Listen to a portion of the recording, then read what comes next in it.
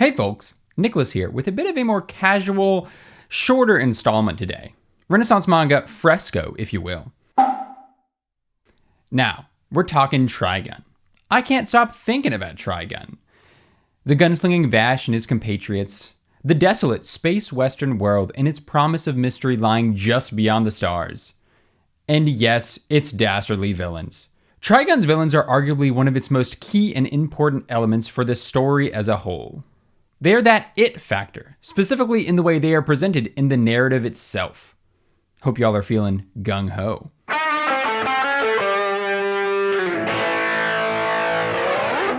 Trigun's main antagonists are the incredibly named Gung-Ho Guns, a group of fearsome, preternaturally gifted warriors led by Vash's evil brother, Knives.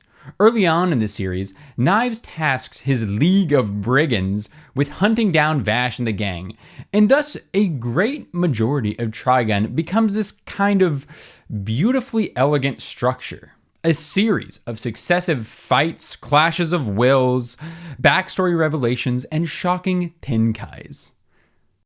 Knives, being the cunning plant supremacist mastermind that he is, knows and even expects for his men to die. For Vash to defeat them, to kill them, and thus kill his own humanity in the process.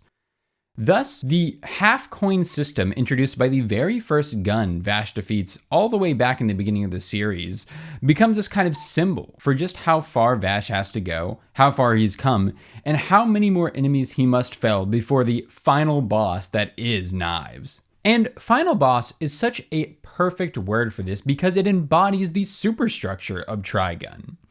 This sequence by which Vash must vanquish his foes really is video game-like. Now, you could say that this is just like any other given shonen, but it really isn't. Ever since Dragon Ball, shonen manga have relied upon long, drawn-out battles, power-ups and power scaling, minimal plotting, and all the characterization done just right before any given battle's climax.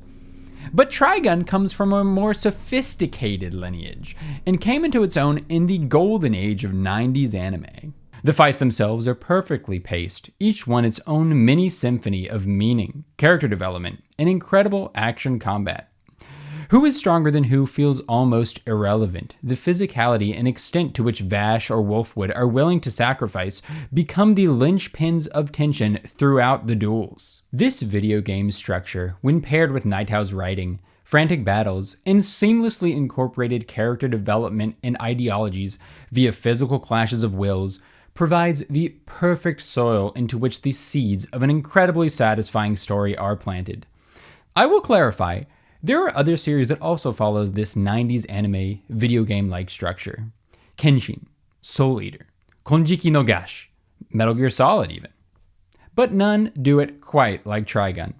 Vash's commitment to pacifism contrasts starkly with the disturbing violence committed by characters like Blue Summers. The tension, suspense, and sense of a dreadful, inevitable clash of wills and fates only increases with each foe bested, while the cost of such victories only becomes all the more terrible. To conclude, I think that the most profound thing this style of writing creates is the feeling of enthralling satisfaction one gets while experiencing Trigun's story. The ancient Greeks distinguished between two levels of pleasure, the base level hedonia, in opposition to the higher, deeper pleasure of eudaimonia. Your standard, power-leveled shonen fare, while indeed entertaining, engages this first base pleasure. And there ain't anything wrong with that. But Trigun, in its own unique way, not quite like any other, elicits a far deeper feeling of manzoku.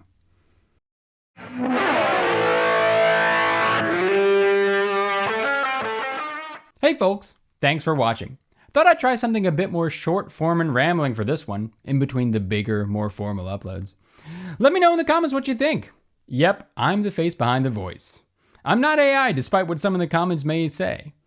Now, if you like what we do here, please consider supporting us on Patreon. And don't forget to like and subscribe. I'll see y'all in the next one.